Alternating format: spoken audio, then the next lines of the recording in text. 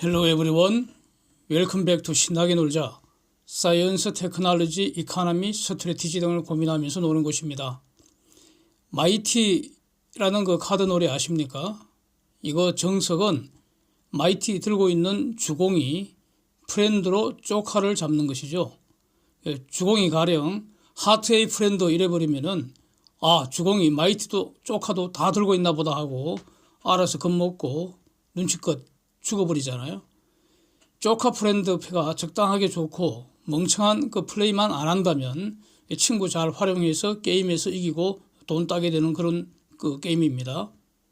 물론 그 조카가 지가 든 그 공격패가 더 좋다면은 마이티 프렌드 잡아서 조카가 주공이 될 수도 있고요.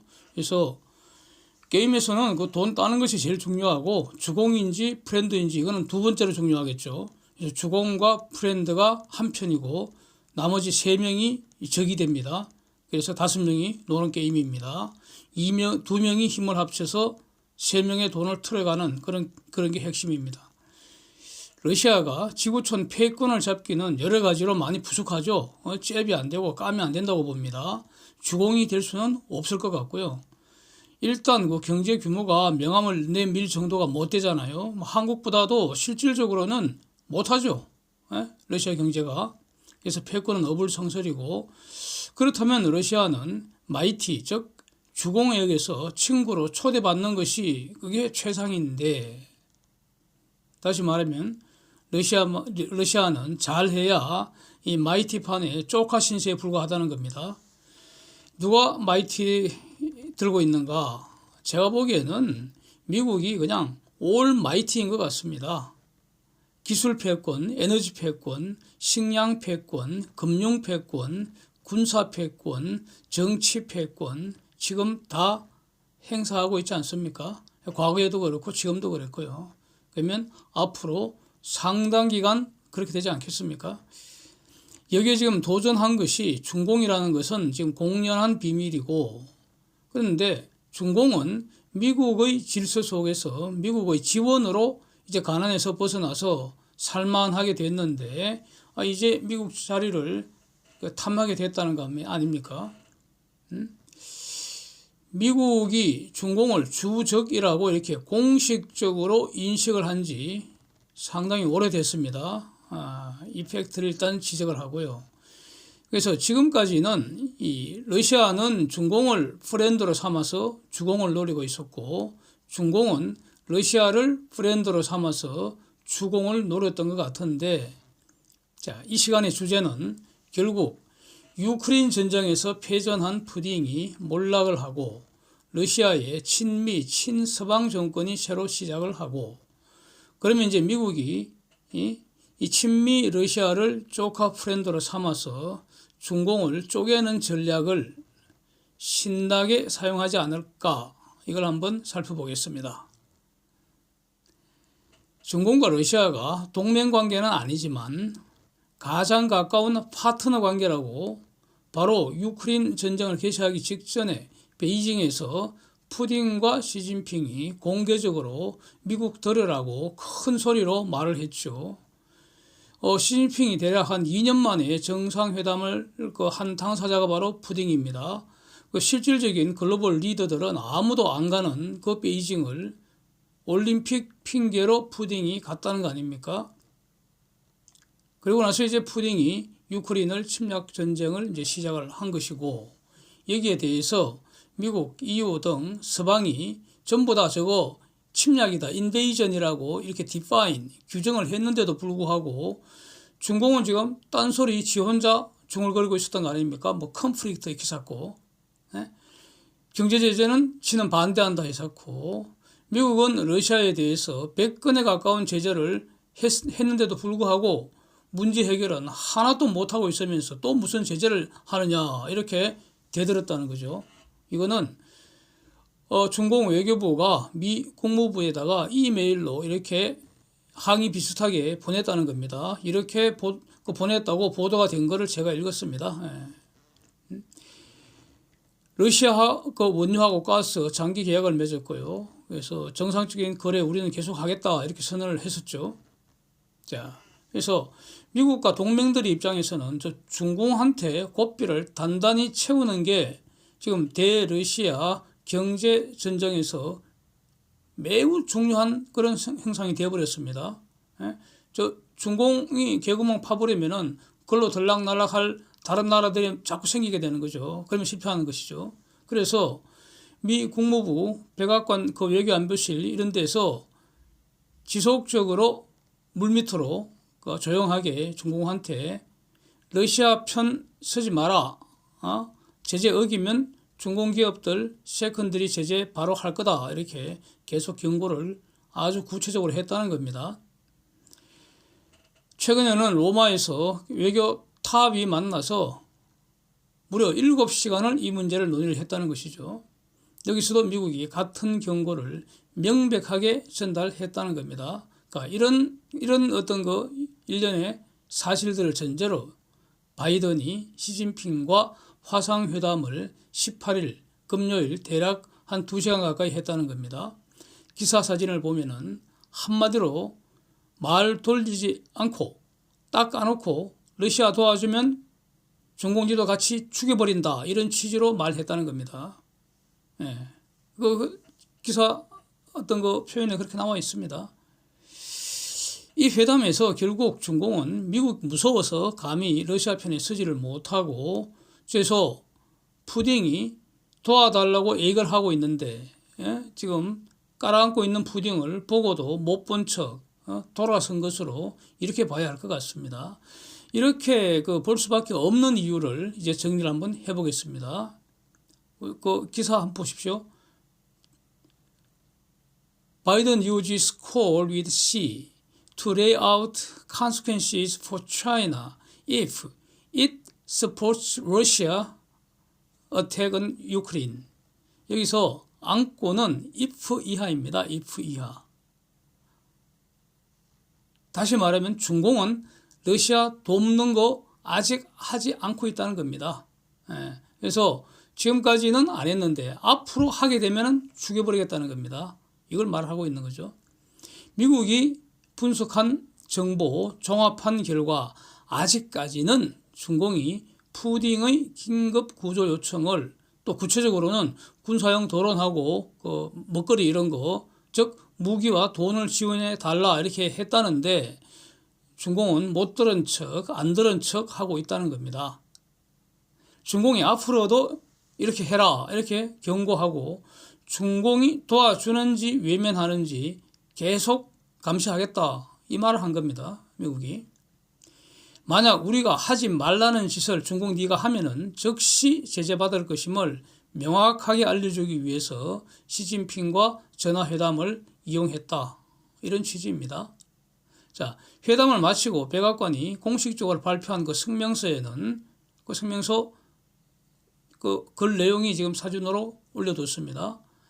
미국이 이 글로벌 국가들을 3개 종류로 분류를 했습니다. 3분류를 했습니다. 1번 동맹, 2번 파트너, 3번 기타 국가입니다.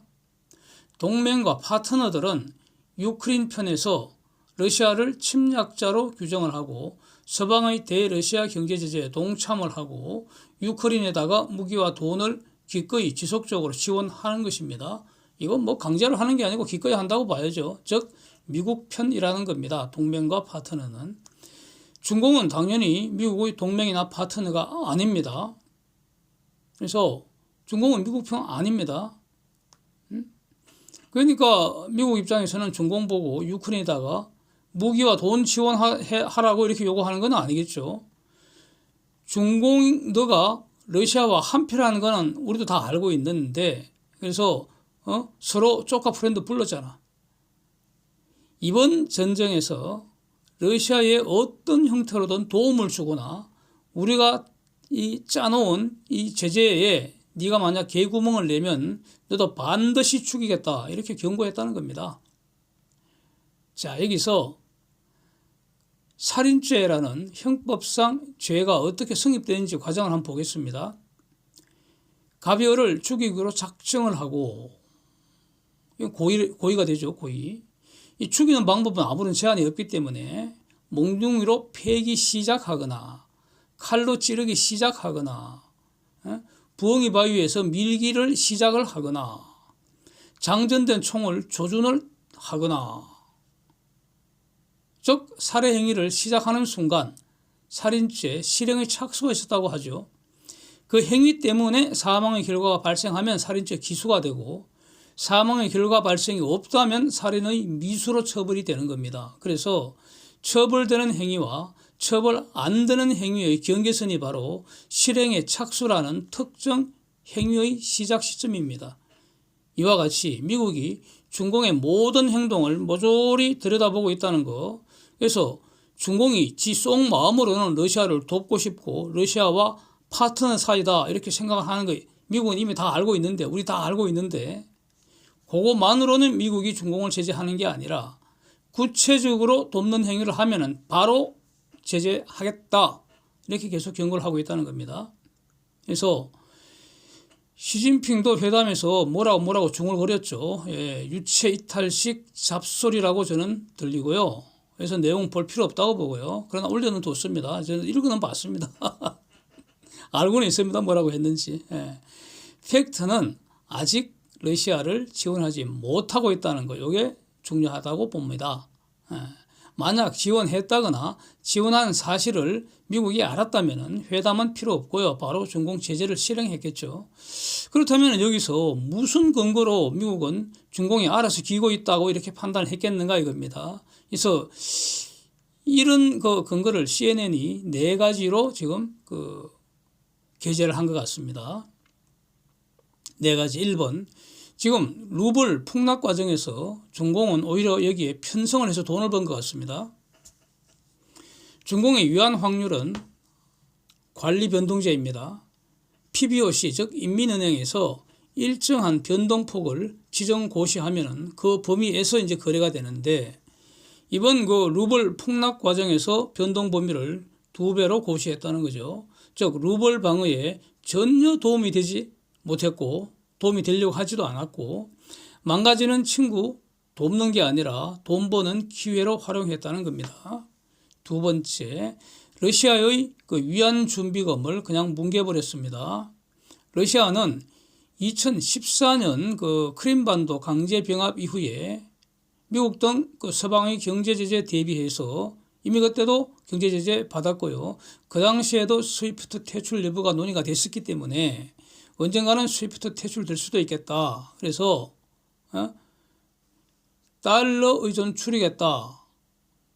이게 일종의 경제정책의 최상위 우선순위였죠. 그래서 나름대로 철저하게 준비를 했습니다. 이거는 중공도 마찬가지입니다. 중공도 지금 패권 전쟁을 하고 있기 때문에 언젠가는 미국이 중공을 제재할 것이다 라는 걸 알고 있기 때문에 둘 다 그냥 스위프트 퇴출되는 경우에 어떻게 할 것인가. 그래서 자기들만의 결제망도 별도로 만들어서 지금 운용을 하고 있다는 거죠.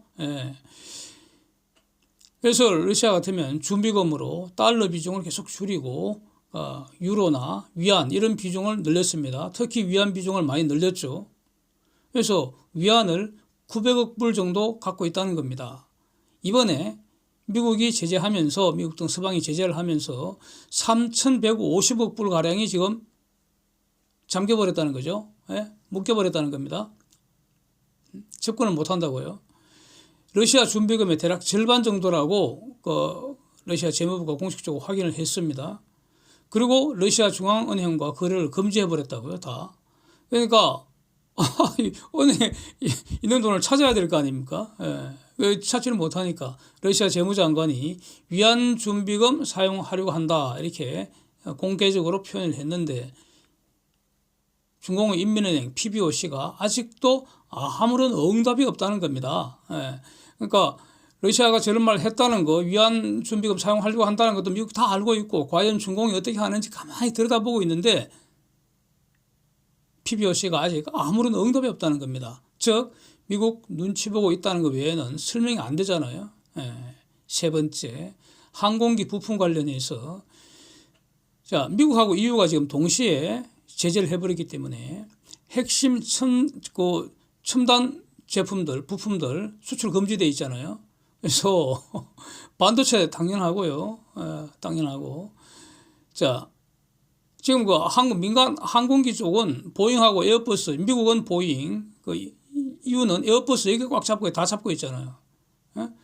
얘들이 러시아하고 거래를 중단했는데 할 수 없이 러시아가 중공한테 항공기 부품 지원을 요청을 했는데 중공이 거절했다는 겁니다. 이거는 명시적으로 리젝트 해버렸다는 겁니다. 네 번째, 러시아에 대한 인프라 스트럭처의 투자를 동결시켜 버렸습니다. 중공이 알아서 기어버린 거죠, 이것도. 지금 2014년 크림반도 강제 병합 이후에 세계은행이 러시아를 제재를 하면서 러시아에 대해서는 2014년부터, 벨라루스는 2020년부터 일체의 신규 대출이나 인프라 투자 불허하고 있습니다. 지금 돈 안 들어가고 있습니다. 막혀 있습니다. 근데 이렇게 했는데 중공이 알아서, 중공에는 AIIB가 있죠. 그러니까 중공이 주도적으로 설립한 아시아개발구 투자은행입니다. 얘네들도 이번에 전쟁 터지고 나서 알아서 러시아하고 벨라루스의 투자 중단 조치를 발표를 해버렸다는 겁니다. 알아서 잘 기고 있습니다. 그래서 푸딩이 보기에는 결국 시진핑에게서 지금 뒤통수 오지게 쳐맞은 꼬라지 아닙니까? 완전히 푸딩이 배신감에 부들부들 떨면서 잠도 못 잘 것 같아요. 이것은 러시아 국민들도 마찬가지 아니겠습니까? 푸딩이 밉다고 해서, 그렇다고 해서 중공이 이쁘진 않겠죠.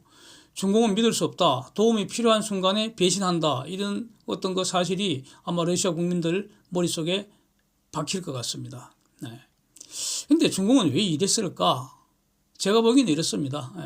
작년 기준에 중공의 러시아와의 교육 규모 1,150억 불 정도인데 미국과는 무려 7,500억 불이고 EU하고는 8,000억 불 수준입니다.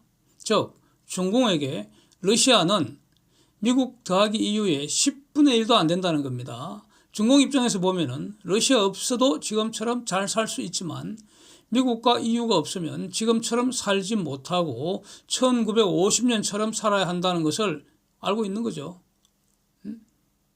또 그러고 싶지 않다는 겁니다. 미국과 EU가 중공을 제재하면은 한국, 일본 등 온 세상이 중공을 제재할 것이고요.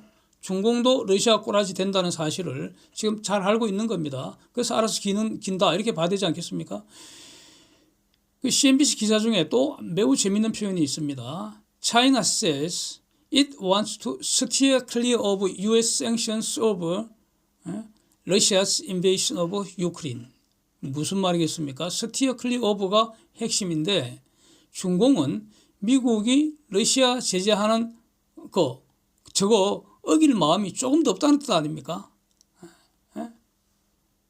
중공은 이 미국 주도, 서방이 주도하는 이 경제 제재를 어길 마음이 조금도 없다. 이렇게 미국 측에 전달을 했다는 겁니다. 그거를 저렇게 분석한 것이죠. 또 더 떠서, 한술 더 떠서 로마에서 미국 대표를 만날 때 왕이 외교부장은 러시아 제재로 중공이 영향을 받고 싶지 않다. 다시 말하면 러시아 때문에 우리가 피해보고 싶지 않다. 이 말 아닙니까? 이렇게 알아서 기고 있다. 이렇게 봐야 할 것 같습니다. 결국 중공이 지가 글로벌 2등이다. 그래서 1등과 2등이 싸우지 말고 1등은 미국이고요. 그래서 대국이다 이거죠. 중공도 대국이다. 그래서 중공의 표현입니다. 그래서 1등과 2등이 싸우지 말고 힘을 합쳐서 공존, 공영을 위해 노력하자. 이러고 있는데 입으로 똥 누는 역겨운 소리라고 저는 보고 있습니다. 중공은 저 2등이라는 것은 미국 등이 주도하는 세계 시장이 그렇게 허용을 했기 때문이고요. 앞으로는 서서히 저거를 해체하겠다는 거, 이게 패권 전쟁의 주요 수단이지 않습니까? 그렇게 보이고요.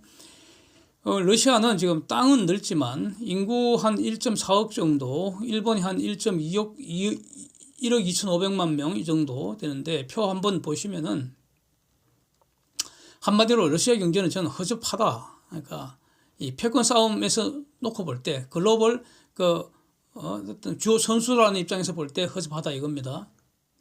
GDP 규모는 대략 한국과 비슷한데 무역 규모는 한국의 한 65% 수준 이렇게 보이고요. 원료, 가스, 석탄 요거 에너지 비중이 가장 높고요. 그 다음에 이제 밀 요거 이제 팔아서 이게 주로 주된 그 교육 대상이고, 이 에너지 비중이 너무 높죠. 뭐 40%에서 50%까지 됩니다. 이런 것들은 그러니까 러시아가 사라져도 해결 못할 정도가 아닙니다. 러시아의 에너지, 밀 이런 정도는 다 해결할 수 있다는 겁니다. 지금 그 러시아 그 과학 기술은 우주 분야나 핵이나 그 군사 분야는 상당하죠. 근데 산업 기술 면에서는 오히려 한국이 더 낫지 않을까 저는 이렇게 평가를 합니다. 그래서 글로벌 무역 질서에서 차지하는 중요성은 한국보다도 실질적으로 훨씬 더 낫다. 이렇게 평가를 하는 게 맞을 것 같습니다. 지금 그 이란 그 핵 합의도 복원되는 것 같고요. 베네수엘라도 시장으로 복귀하는 것 같고요. 그래서 이란과 베네수엘라가 글로벌 시장에 복귀하면은 러시아에 대한 경제 제재는 더욱 강화될 것이고, 루블화 환율 더 폭등한다. 즉 루블 가치는 추가로 하락한다. 그래서 이런 그 경제 제재 계속되면은 결국 루블 환율이 정말로 네 자리 시대에 열릴 수도 있는 거 아니냐. 뭐 한 4, 5년 또는 10년 이내에 이렇게 보인다는 겁니다. 미국과 서방에 이 정도 강력한 경제 제재를 받는 나라, 지금 북한하고 러시아 지금 비슷한 수준 아니겠습니까? 그래서 어저께까지 러시아에서 철수를 선언한 글로벌 리딩 기업이 무려 400여 개입니다. 푸딩 체제가 붙을 수 없다는 거, 이거는 어렵지 않게 알 수 있습니다. 그런데 푸딩은 모르는 것 같습니다. 푸딩 has no idea what's coming. 자기한테 무슨 일이 일어나는지 푸딩은 아직 아무 생각이 없는 것 같습니다. 그래서 하여튼 푸딩의 희망은 지금 절망으로 바뀌고 있는 것 같고, 원래 그 푸딩의 그 목표는 젤렌스키 몰아내고 그 유크레인에 친러시아 정부 수립하는 거, 이게 푸딩의 희망이었죠. 근데 이것은 좌절된 것 같고, 오히려 푸딩이 몰락하고 러시아에 친서방, 친미 정권이 수립될 가능성 지금 매우 높아지고 있는 것 같습니다. 그래서 미국은 러시아를 중공을 치는 조카 프렌드로 활용할 것인지 앞으로 한번 흥미있게 주목을 해보겠습니다. Thanks for watching. See you next time.